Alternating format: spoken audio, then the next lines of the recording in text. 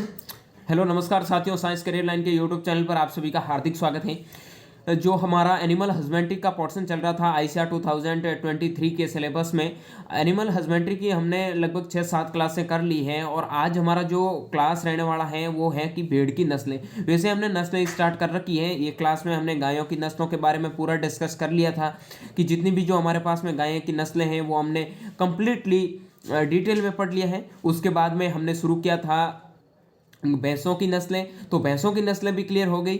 अब हम बात करेंगे कि भेड़ की नस्लें। ठीक है, भेड़ की नस्लों के बाद में हमारे पास में बचेगी बकरियों की नस्लें। बकरियों की नस्लें के बाद में हम पढ़ेंगे एक छोटी सी क्लास में ऊंट की नस्लों के बारे में। ठीक है, कभी कभार क्वेश्चन, हालांकि जेईटी की जो प्रिपरेशन करते हैं उनको ऊंट का क्वेश्चन हर बार एक आध क्वेश्चन मिलता है। ठीक है, और आईसीआर में भी ऐसा नहीं है कि नहीं पूछता है, वहाँ कैमल दे रखा है तो वहाँ क्वेश्चंस आपको पूछ सकता है। तो जल्दी से हम ब्रीड्स क्लियर करेंगे, उसके बाद में चलेंगे हम एनिमल डिजीज के बारे में। कोशिश करेंगे कि 2 क्लास में एनिमल डिजीज क्लियर करें और उसके बाद में मेडिसिन्स है, मेडिसिन्स को क्लियर करके जो डेयरी वाला पोर्शन है वो जल्दी से क्लियर करेंगे। आई होप लगभग 8 से 10 क्लास में आपके एनिमल हस्बेंड्री जल्दी से जल्दी क्लियर करके हम आएंगे एनिमल हॉर्टिकल्चर के ऊपर, क्योंकि हॉर्टिकल्चर और एग्रोनॉमी से मोस्टली आपको प्रिपेयर होना पड़ेगा, क्योंकि एनिमल हस्बेंड्री एक ऐसा टॉपिक है जिनको आप लास्ट में 10 दिन पढ़ के भी निकाल सकते हैं, लेकिन हॉर्टिकल्चर और एग्रोनॉमी को बहुत ज़्यादा डिटेल में पढ़ना पड़ेगा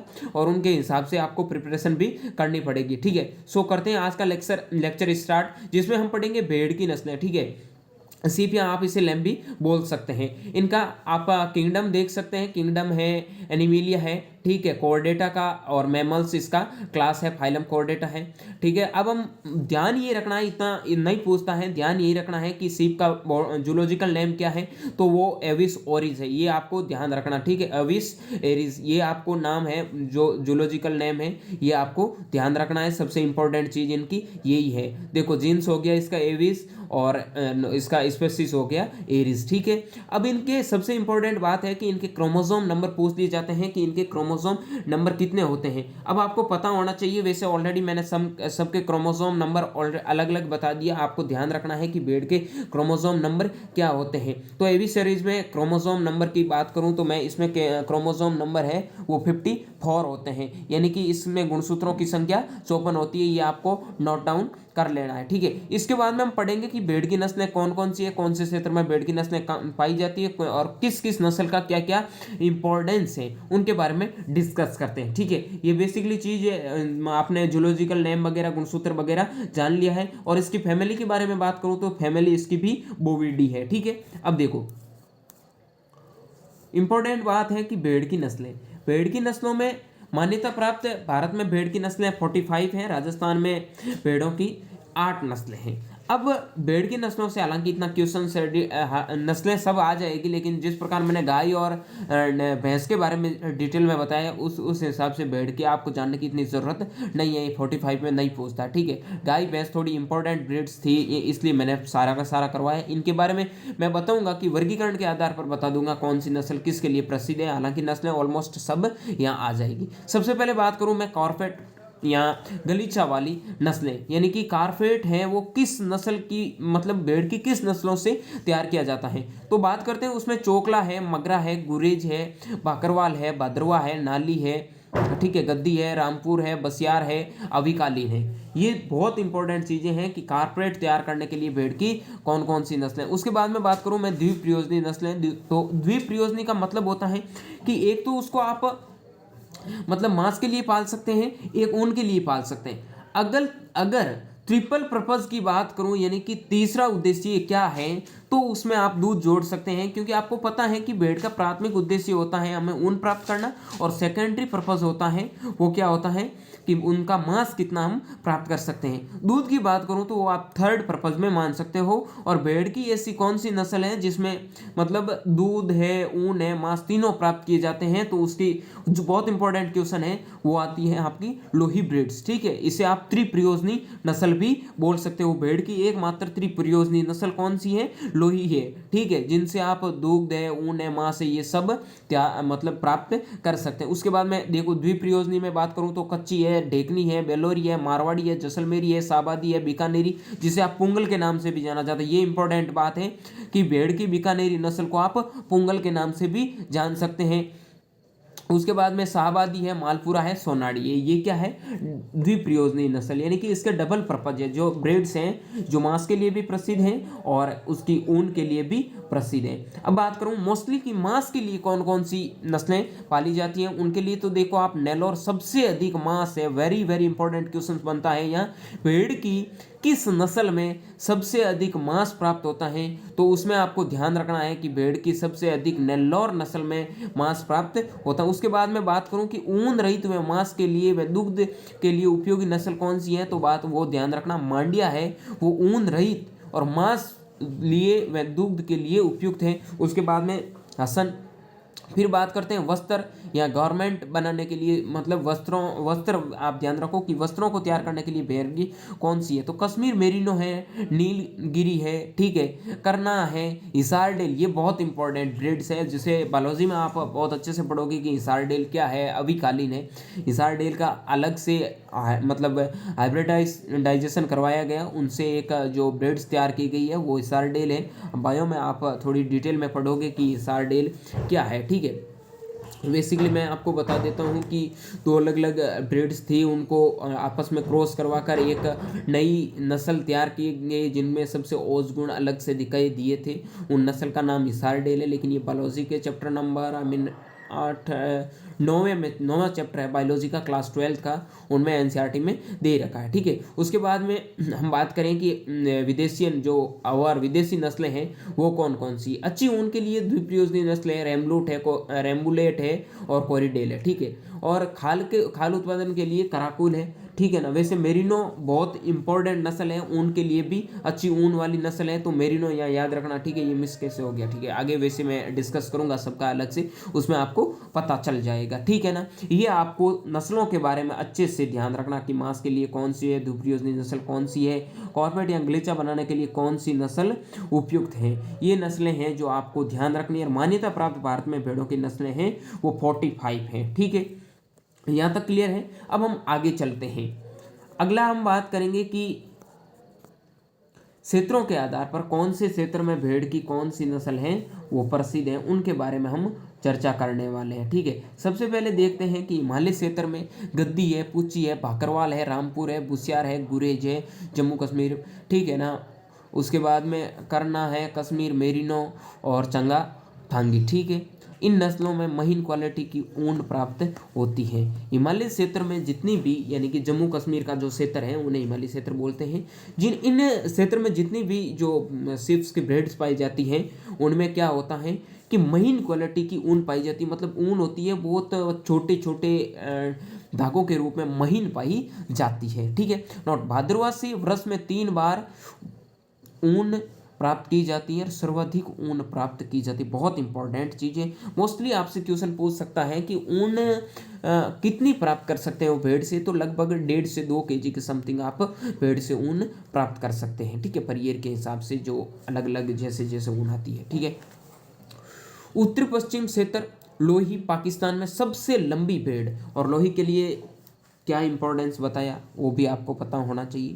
ये बेसिकली जो मैंने स्टार लगा के चीज़ें या नोट डाउन कर रखी है, जो मैं आपको बोल रहा हूँ ना, ये चीज़ें कम से कम आपको ध्यान होनी चाहिए, क्योंकि यहाँ से क्वेश्चन टपकते हैं और आप खुद इनके साथ में कंफ्यूज होते हो, क्योंकि ये कंफ्यूज करने वाली ब्रीड्स हैं। एनिमल हस्बेंड्री में आपकी ब्रीड्स तैयार हैं तो अच्छे से आप 4-5 क्वेश्चंस करके आ जाओगे, लेकिन आपको भैंस और गाय की नस्लों में जो मैंने 50 नस्लें बताई थी और जिनका ओरिजिन प्लेस अलग अलग बताया गया था, वो ओरिजिन प्लेस आपको विद ब्रीड्स के साथ में पता होना चाहिए, ठीक है। उसके बाद में हम बात करेंगे कि कौन सी नस्ल की क्या विशेषता है और कौन से क्षेत्र में पाई जाती है। मोस्टली ये नस्लें ही आपको एग्जाम में पूछी जाएगी, जो मैं आपको यहाँ आगे पढ़ाऊंगा। बाकी इन नस्लों में आपको ध्यान रखना, पूछ सकता है कि निम्न में से कौन सी डबल पर्पज के लिए पाली जाती है, ठीक है ना। ट्रिपल पर्पज़ के लिए कौन सी पाली जाती है, या फिर मांस के लिए कौन सी नस्ल है वो प्रसिद्ध है, या फिर पूछ सकते हैं ऊन के लिए, तो ऊन के लिए तो मेरिनो सबको पता है, राजस्थान की मेरिनो किसे कहते हैं। ये चीज़ें मैं आगे बताऊंगा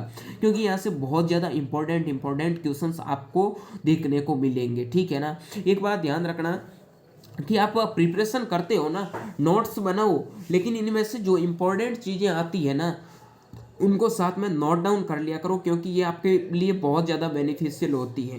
हालांकि ऐसी चीज़ें अगर आप साथ साथ में प्रिपरेशन में लेके आते हो तो आपको आगे इन फ्यूचर कोई दिक्कत नहीं होने वाली है। एग्ज़ाम टाइम में आपके जो स्ट्रॉन्ग पॉइंट होंगे वो आपको पता होंगे, बेसिकली चीज़ें जो नॉर्मली आप लास्ट टाइम में रिवीजन कर लेना, लेकिन जो इम्पोर्टेंट चीज़ें हैं उनको साथ साथ में लर्न करते रहो, और अलग से नोट्स है जो इम्पोर्टेंट चीज़ें उनका पेज पे बनाओ, कैसे भी बनाओ। देखो भाई, सबसे इम्पोर्टेंट चीज़ ये है कि आईसीआर कोई एग्ज़ाम एक हलवा एग्ज़ाम नहीं है, ठीक है ना, हलवे की तरह नहीं है जो आप क्वालिफाई करके जा सकते हो, बिल्कुल ऐसा है नहीं। बहुत सारे स्टूडेंट बैठते हैं जिनमें से सबका सामना नीट वालों से होता है। नीट वाले कैसे प्रिपरेशन करते हैं वो सब जानते हैं। एग्रीकल्चर वाले नीट के सामने कुछ नहीं है, टिक नहीं पाओगे, तो उस हिसाब से अपनी प्रिपरेशन को अच्छे से बनाए रखें, ठीक है ना। उसके बाद में बात करूं मैं बीकानेरी या पोंगल के बारे में, जो मैंने पहले बता दिया था, बीकानेरी नस्ल को पोंगल के नाम से भी जाना जाता है, जिनका ओरिजिन प्लेस है वो राजस्थान माना जाता है। नाक के दोनों और भूरी धारियां कालीन उनके लिए श्रेष्ठ नस्ल है। उसके बाद में बात करूं मैं मारवाड़ी नस्ल है, पंजाब है, राजस्थान, वेरी इंपॉर्टेंट है। जेईटी 2019 में पूछा गया क्वेश्चन है कि मारवाड़ी जो मोस्टली है वो किसकी ब्रीड्स है, वो भेड़ की है, ये चीज़ आपको ध्यान रखना है। बाकी बकरी की भी मारवाड़ी नस्ल है, ठीक है। उसके बाद में ऊंट की भी है, लेकिन मोस्ट पॉपुलर जो ब्रीड है वो भेड़ की मारवाड़ी नस्ल है, बहुत पॉपुलर है, ठीक है ना। क्या इसकी विशेषता है उनके बारे में भी चर्चा करते हैं। मुंह पर काले मतलब मुंह होता है ना जो थोड़ा सा काला होता है, ठीक है, उनके हिसाब से ये नस्ल बीमारियों के प्रति प्रतिरोधी, यानी कि मारवाड़ी नस्ल में आसानी से बीमारी नहीं लगती है, ठीक है। यानी कि इसका एवरेज मैं बताऊं तो 92% के समथिंग जो होते हैं इनके मेमने वगैरह बच जाते हैं। 700-800 में से ऐसे होते हैं जिनकी डेथ हो जाती है, तो सोचो कि ये कितनी बीमारियों को सहन कर सकती है, ठीक है। इन नस्ल की ऊन है यूरोप में जोरिया के नाम से जाना जाता है। जोरिया मतलब कैसे समझाऊँ आपको, जो दरिया वगैरह ऐसे ही कोई चीज़ें जो होती है जो बिछाने के लिए बनाई जाती है ना, उनके लिए उन्हें बोलते हैं, ठीक है। उसके बाद में बहुत इंपॉर्टेंट नस्ल है मालपुरा, जो टोंक राजस्थान में। अब यहाँ CSW आ रही, ठीक है ना, उनके बारे में भी आपको ध्यान रखना कि ये कहाँ पर है, मालपुरा टोंक में है, ठीक है ना। ये जो बेसिक इंपॉर्टेंट चीज़ें हैं, कौन सा इंस्टीट्यूट कहाँ पर है, किस, ठीक है, एनिमल हस्बेंड्री से रिलेटेड जितने भी इंस्टीट्यूट हैं उनको एक अलग से क्लास में पढ़ेंगे। हालांकि थोड़ा ध्यान रखना है कि कहाँ पर है, मालपुरा टोंक में है, ठीक है, मालपुरा टोंक में। अब देखो, मांस के लिए उपयुक्त है, इसकी ऊन मोटी होती है जिसमें गलीचे बनाए जाते हैं। उसके बाद में बात करूँ जैसलमेरी जोधपुर वो जैसलमेर में पालन वातावरण के प्रति अनुकूल नस्ल है। इनकी भी जो प्रतिरोध है क्षमता, मतलब रोग प्रतिरोध क्षमता, वो भी अच्छी है, ठीक है। चोकला, उसके बाद में शेखावटी क्षेत्र में छापर के नाम से छापर। अब देखो, छापर के नाम से शेखावटी क्षेत्र है, किसे आता है, जो चूरू वगैरह, ठीक है ना, ताल छापर चूरू आपने सुना होगा। उनमें उत्तम श्रेणी की ऊन के कारण राजस्थान की मेरिनो, ठीक है, रोमन नाक इसकी प्रमुख विशेषता है। मैंने बोला था राजस्थान की मेरिनो, देखो मेरिनो एक विदेशी नस्ल है, ठीक है, और उसको मतलब सबसे ज़्यादा ऊन उसी नस्ल से प्राप्त की जाती है, मेरिनो से, विश्व में। लेकिन राजस्थान की मैं बात करूं तो राजस्थान में सबसे ज़्यादा जो ऊन प्राप्त की जाती है वो किससे की जाती है, चोकला से की जाती है, क्योंकि उनकी ऊन होती है बहुत महीन होती है, वस्त्र बनाने के लिए बहुत ज़्यादा होती है, बहुत ज़्यादा ऊन प्राप्त की जाती है। इसीलिए इस नस्ल को राजस्थान की मेरिनो कहते हैं। मेरिनो क्यों कहते हैं, मेरिनो क्या है वो मैंने आपको बता दिया कि मेरिनो एक भेड़ की विदेशी नस्ल है जो मोस्टली ऊन के लिए पाली जाती है, बहुत अधिक ऊन उनसे प्राप्त की जाती है। क्लियर बात है, यहाँ तक आपको कोई डाउट नहीं होना चाहिए। और भी कोई हो तो आप कमेंट बॉक्स में जरूर कमेंट करें। जो प्रिपरेशन करें वो तो कम से कम कमेंट करें, क्योंकि जो अच्छी प्रिपरेशन करते हैं उनको जरूर डाउट आता है, ठीक है। अगर आईसीआर को अच्छे से सीरियस लेके निकालोगे और हमारे साथ रेगुलर बने रहोगे तो मैं विश्वास दिलाता हूँ कि आपको आईसीआर में जरूर सेलेक्ट करवाऊंगा, ठीक है। अब बात करता हूँ आगे मैं सोनाड़ी के बारे में, ठीक है। ये रोमन नाग की विशेषता छोड़ी चोकला के बारे में ध्यान रखना, ठीक है। तो सोनाड़ी है वो उदयपुर में क्षेत्र में पाई जाती है, मोस्टली मेवाड़ क्षेत्र कह सकते हैं आप। उदयपुर जो राजस्थान उदयपुर में मेवाड़ के चन्नथोर के नाम से जाना जाता है। अब देखो चन्नथोर का क्या मतलब है, यहाँ चीज आपको समझने की जरूरत है। मेवाड़ का चन्नोथर मतलब ये है कि जब भाई ये पशु चरते हैं ना, चरने का मतलब आप समझते हैं, जब ये घास वगैरह खाते हैं तो इसके जो कान होते हैं वो जमीन पर लटकते हैं। ये बहुत इंपॉर्टेंट चीज़ है कि सोनाड़ी होती है मेवाड़ का चन्नोथर के नाम से जाना जाता है। ये चीज़ आपको ध्यान में रखनी है, ठीक है। आगे दूध के लिए उपयुक्त मानी जाती है, इनके थोड़ा दूध वगैरह जो भेड़ों से जो दूध पीने के लिए इंटरेस्टेड होते हैं ना, उनके लिए सोनाड़ी नस्ल बहुत ज़्यादा यूजफुल मानी जाती है। उसके बाद मैं बात करूँ तो मगरा नागौर में बीकानेर में इसे बीकानेरी चोकला व मतलब बीकानेरी कहते हैं, ठीक है ना, बीकानेरी चोकला के नाम से भी जाना जाता है। मगरा पूंजला, ठीक है, मगरा नागौर में बीकानेर में इसे मतलब बीकानेरी चोकला व बीकानेरी कहते हैं, ठीक है। इतना कुछ इंपॉर्टेंट है नहीं, याद रख लेना। मगरा है वो पेड़ की नस्ल है, ठीक है। उसके बाद में नाली, गंगानगर, चूरू, हनुमानगढ़ मतलब ऊन है वो हल्के पीले रंग की होती है। ये कोई इंपॉर्टेंट इतना खास है नहीं, ठीक है। अब इंपॉर्टेंट चीज़ें तो अब आने वाली है ना। बात करता हूँ मैं अभिवस्त्र के बारे में, टोंक राजस्थान में, ठीक है ना। इसका क्रॉस करवाया गया है CR मतलब अभी मैं बता दूंगा CSWRI अविकनगर टोंक द्वारा निकाली गई है। चोकला भेड़ और रेम्बुलेट नर के मेरिनो मेढ़ों के द्वारा, मतलब रानी को तो भाई चोकला, ठीक है। अब रेम्बुलेट है वो आपको पता है कि एक विदेशी नस्ल है जो आगे यहाँ आप देख सकते हो जिसका ओरिजिन प्लेस है स्पेन है। अब ध्यान ये रखना, चोकला तो रानी तो हमारी है लेकिन राजा जी है वो कहाँ से लेके, विदेशी राजा था, ठीक है। दोनों को आपस में क्रॉस करवाया, दोनों का आपस में क्रॉस करवाने पर एक क्रॉस कहाँ करवाया, CSWRI अविकानगर टोंक, जहाँ पर मतलब भेड़ों के लिए केंद्रीय सीप, ठीक है ना, उनके रिसर्च इंस्टीट्यूट के बारे में जो एक इंस्टीट्यूट है, मतलब केंद्रीय भेड़ अनुसंधान संस्थान, जो भारत का मतलब बहुत अच्छा इंस्टीट्यूट है भेड़ों के लिए, वहाँ पे ही है अविकानगर टोंक में। तो CSWRI द्वारा एक नस्ल तैयार की गई थी अविवस्त्र। आपको याद क्या रखना, CR अविवस्त्र CR और अविकालीन RM, ये चीज़ें कैसे क्रॉस बहुत इंपॉर्टेंट है। ये ICR पूछेगा इस बार, स्टार लगा लेना और लिख लेना ऊपर ICR 2023, ठीक है। और जो बोल दिया वो क्वेश्चन आएगा 100% आप मान के चल लेना। अब इनमें से क्वेश्चन आएगा। अब क्वेश्चन कैसे पूछेगा, देखो आप एक BHU का एग्जाम देते हो ना, CUET एग्जाम लगते हैं, मोस्टली CUET में ऐसे क्वेश्चंस हर बार पूछे जाते हैं। लास्ट टाइम पूछ लिया था कि मेहसाणा भेड़ की नस्ल, जो मैंने लास्ट टाइम भैंसों की नस्लें करवाई थी, सॉरी भेड़ की नहीं भैंस की, तो उसमें भी मैंने बताया था यहाँ से CUET में कैसा क्वेश्चन पूछा गया था। और अब भी बता रहा हूँ कि यहाँ प्रिपरेशन अच्छी रखना। जो क्रॉस हैं मोस्टली जो गायों के मैंने 4-5 लास्ट में क्रॉस बतवाए थे कि कौन सी नस्ल कहाँ से, ठीक है ना, तो ये चीज़ें आपको पता होनी चाहिए। क्वेश्चन यहाँ से ही टपकते हैं और आप खुद टपक जाते हैं, तो ये चीज़ें याद रखना है। अविकालीन का RM याद रखना कि रेमुलेट नर और मेरिनो मेडो, ठीक है।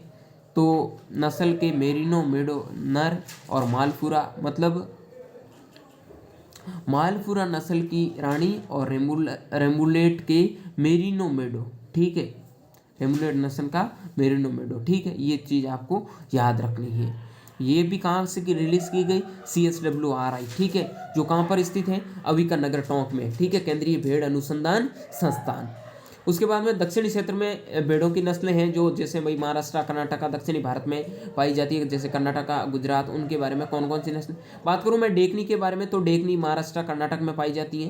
कंबल बनाने के लिए उपयुक्त है, जो आप सर्दियों में जो ओढ़ने के लिए कंबलें यूज़ करते हो वो मोस्टली किस भेड़ की नस्ल से बनती हैं, तो उसमें आपका आंसर आना चाहिए कि डेकनी भेड़ की नस्ल से हम कंबल वगैरह तैयार कर सकते हैं, जो मोस्टली महाराष्ट्र और कर्नाटक में पाई जाती है। उसके बाद में बात करूँ मैं नेल्लौर के बारे में, तो नेल्लौर दक्षिणी भारत में और भारत की सबसे ऊंची भेड़, वेरी वेरी इंपॉर्टेंट क्वेश्चन है, स्टार लगा लेना कि भारत की सबसे ऊंची नस्ल कौन सी है, नेल्लौर। और सबसे लंबी के बारे में मैं बात करूं तो वो मैंने अभी आपको जस्ट बताया था लोई नस्ल है वो सबसे लंबी है, ट्रिपल पर्पज के लिए भी पाली जाती है, लेकिन नेल्लोर है वो सबसे हाइट में सबसे ऊपर नस्ल मानी जाती है। उसके बाद बात करूँ मांड्या आंध्र प्रदेश कर्नाटक में सफ़ेद रंग की नस्ल है, इतना कोई इंपॉर्टेंट है नहीं, ठीक है। काठियावाड़ी गुजरात, ये सब जानते हैं, काठियावाड़ी आते ही गुजरात याद आ जाता है गलीचा बनाने के लिए, ठीक है। उसके बाद में शाहबादी और बोनपाल यूपी के अच्छी श्रेणी की ऊन प्राप्त करने के लिए। पूर्वी क्षेत्र की नस्लों के बारे में बात करें तो आपको पता होना चाहिए कि पूर्वी क्षेत्र में शाहबादी और बोनपाल नस्ल पाई जाती है। अब विदेशी नस्ल में बात करूं तो मेरिनो जिसका ओरिजिन प्लेस स्पेन फ्रांस माना जाता है।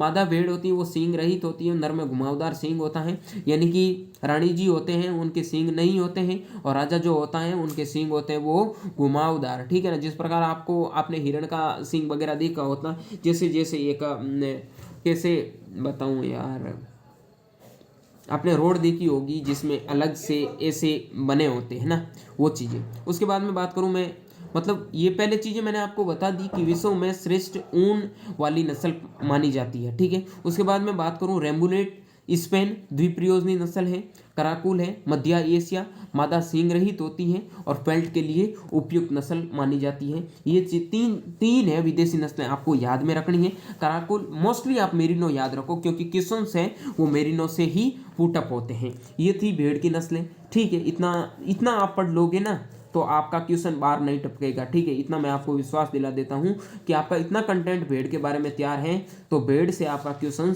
कहीं जाने वाला नहीं है। गुणसूत्रों की संख्या याद रखना, कूल है इनका वो याद रखना, ठीक है। जूलॉजिकल नेम आपको सबका पता होना चाहिए। ऑलरेडी मैं अलग अलग जो पढ़ाता हूँ वो बताता हूँ, लास्ट क्लास जो भी होगी उनमें सबका एक साथ जूलॉजिकल नेम और डिस्कस कर लूँगा, ठीक है।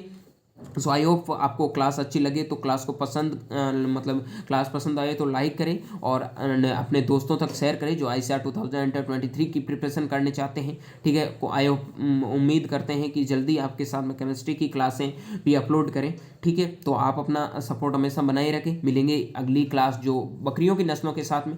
थोड़ा मुझे पता है कि मैंने क्लास से ड्रॉप क्योंकि मैं ICAR काउंसलिंग में बिजी हो गया था, उसकी वजह से क्लासें मेरे को पता है कि 5-7 दिन लेट हो गया, वरना 20 तारीख तक टारगेट था कि एनिमल हस्बेंड्री कैसे ही कवर अप करेंगे। लेकिन आगे थोड़ा क्लासों का टाइमिंग है लॉन्ग करके आपकी जल्दी से जल्दी एनिमल हस्बेंड्री की क्लासें हैं वो कवर अप करवा दी जाएगी। मिलेंगे अगली भेड़ की नस्ल बकरियों की नस्लों के साथ में। तब तक के लिए स्वस्थ रहे, मस्त रहे, देखते रहे science career line YouTube channel. Thank you very much.